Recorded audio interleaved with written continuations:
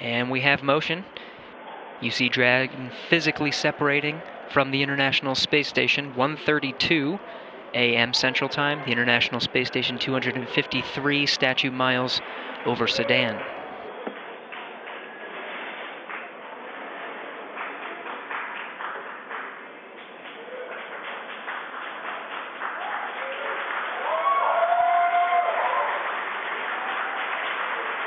Houston, the station is supposed to go into ISS thrusters enabled. Copy.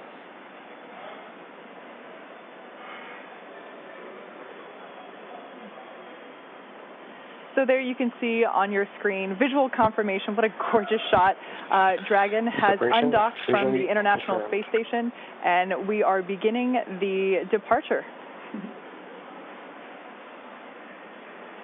That's right, and you're going to hear the voice of David St. Jacques again. He's the one inside of the station monitoring Dragon for its departure.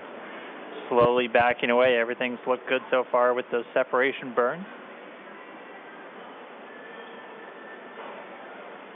Again, as Gary said, that physical separation, that undocking coming at 11:32 p.m. here Pacific. Station Houston at 2, Dragon departure burn 0, complete. So you heard us mention earlier that we have a series of 4 departure burns, starting with 0, 0, 1, 2, 3. We have confirmation that departure burn 0 has been completed. That's right, and so with that one down, we're going to start seeing Dragon begin flying actually above the International Space Station, and then coming up in just a couple of minutes, departure burn 1, the second departure burn, will be coming. That should be in about 4 or 5 minutes from now. And so we're going to see Dragon just kind of swing its way over top the space station and eventually fly out of both the keep-out sphere and the approach ellipsoid. And so the keep-out sphere is one of my favorite things. It's an imaginary sphere with about a 200-mile radius, so 200-meter radius. That would be a much bigger sphere. A 200-meter radius in all directions. And that just governs, so kind of like the approach ellipsoid, which I explained earlier, before you're in the keep-out sphere, any maneuvers with the spacecraft have to be safe and not get inside within 4 orbits. Dragon is in the corridor, and opening rate is as expected. Copy. And David St. Jacques reporting everything looking good so far. You heard him say the corridors, so they, on their overlays that they have on their laptops on board the station where they're actually monitoring Dragon, they're looking for any perturbations outside of the expected path. If they see anything that doesn't quite look right, again, they're in the loop and they can send commands, but everything going smoothly with Dragon slowly flying away. And this is kind of an animated representation of the kind of stuff that the crew is looking for. They have that corridor, so kind of that triangular shape you can see there, where they're just looking to make sure Dragon's pitch, yaw, approach, speeds, everything like that are inside of parameters as expected.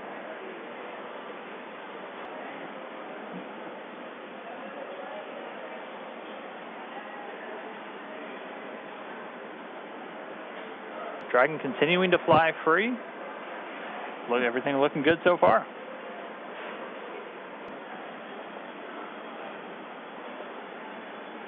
So just in case you've just tuned in, we are currently watching Dragon as it departs from the International Space Station. It's been a really smooth operation so far with the undocking procedure, and now we're moving into departure. As of right now, you can see on your screen the Dragon capsule moving away from the approach ellipsoid. There we can see the nose cone still in its open position, leaving the forward hatch exposed. We will be closing that prior to Dragon's re-entry.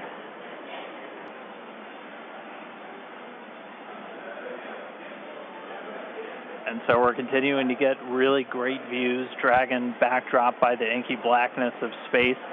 You'll see the cameras are a little bit jerky in their motions. They're actually being controlled by somebody on the ground in mission control. We always like to talk about how in mission control over in Houston, that's where they actually fly the space station. That's where they control everything from the cameras and the communication to even the thermostat on board the space station. If it's too hot for the crew, they talk to the ground, and they're the ones who can turn the AC up. But so it's actually somebody at a console right now who's controlling those cameras, sending commands just to move all the pan tilt, focus everything else. They're doing it from a console on Earth while the thing is flying 250 statute miles over the Earth on the other side of the planet.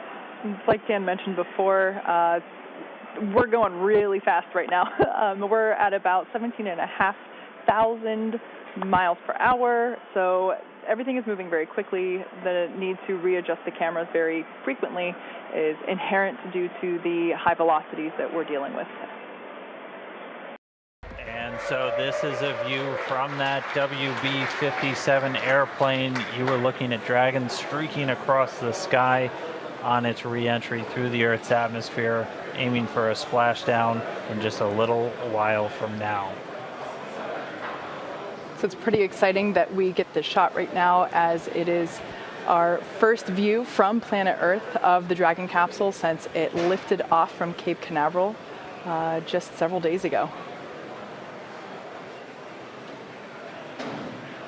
I will say this is a pretty rare treat to be able to see this here. And again, this video is coming from a NASA airplane that we're flying around that recovery zone there, a WB-57.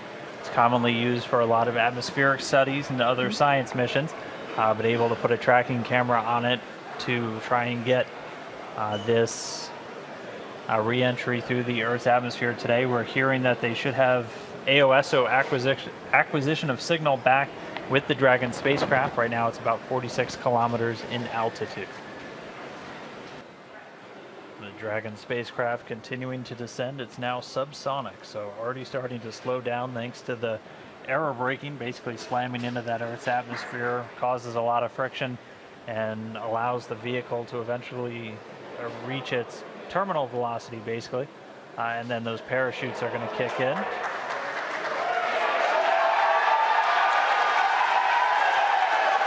So there you have visual confirmation of the deployment of our drogue parachutes. This is the first of 2 parachute deployments.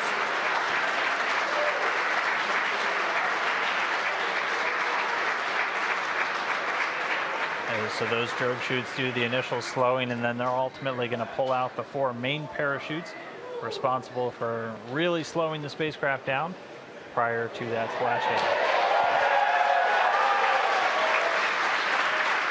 You can hear cheering here at SpaceX headquarters as the employees that have gathered around our Mission Control Center are sharing the same view as you.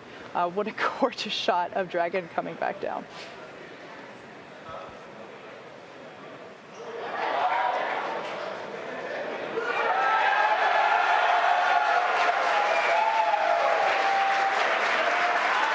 And here come the mains.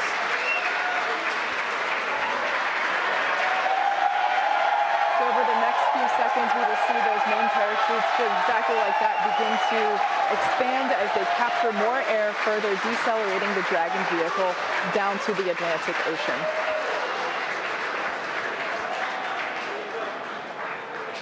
Really can't ask for a more picture-perfect shot than that. And yes, all 4 chutes now deployed. It's going to continue to descend. It's going to continue to slow down and then ultimately splash down in the Atlantic there. We're now under 1 kilometer in altitude.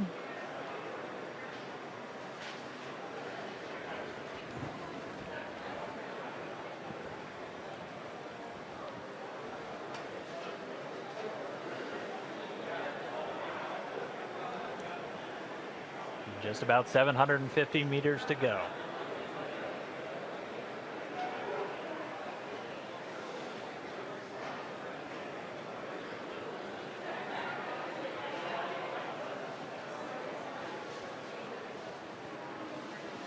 In case if you're just joining us, you can see on your screen there, Dragon has just re-entered the Earth's atmosphere after departing from the International Space Station. We have a gorgeous shot of 4 healthy parachutes deployed and slowing the vehicle down as it is approaching the surface of the Atlantic Ocean off the coast of Florida. And it's continuing to descend under those chutes. We just passed 500 meters. Everything continuing to look good via reports to all the flight control teams. Now we're at about 400 meters.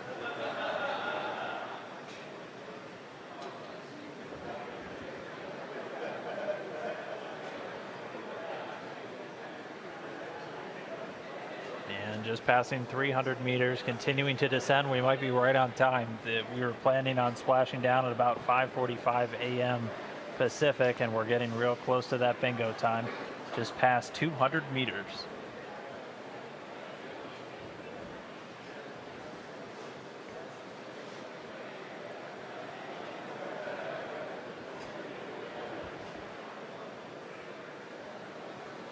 And we have confirmation that Dragon is now under 100 meters, is 100 meters above the surface of the ocean. So next up, standing by for splashdown.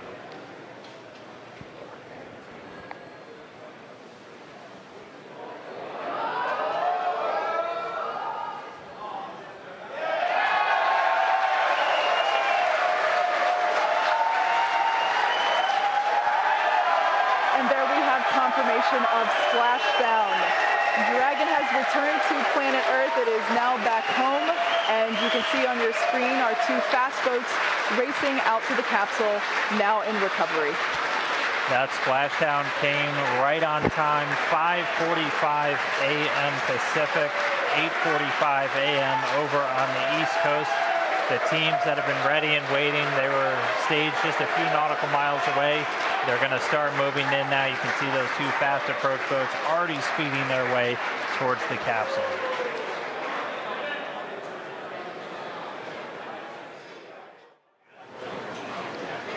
Right now we're just waiting for Dragon to lift up and out of the water and into the nest.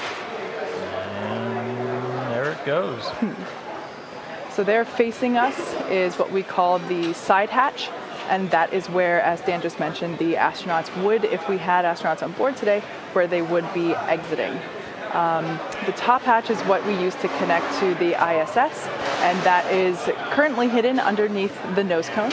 But like we said, astronauts will be coming out of the side hatch. Yeah, and we got a beautiful shot there. Now the hydraulic lift is coming back towards us, and it is preparing to lower the Dragon capsule into its nest.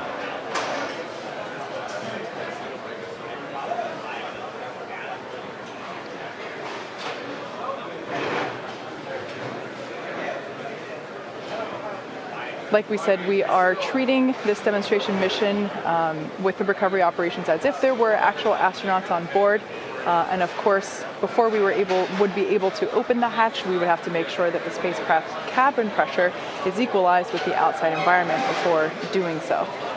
So once Dragon is seated, and you can hear some cheers behind me as the remaining folks that we have here on the SpaceX team outside of mission control are cheering with the placement of Dragon into the nest there, as you can see.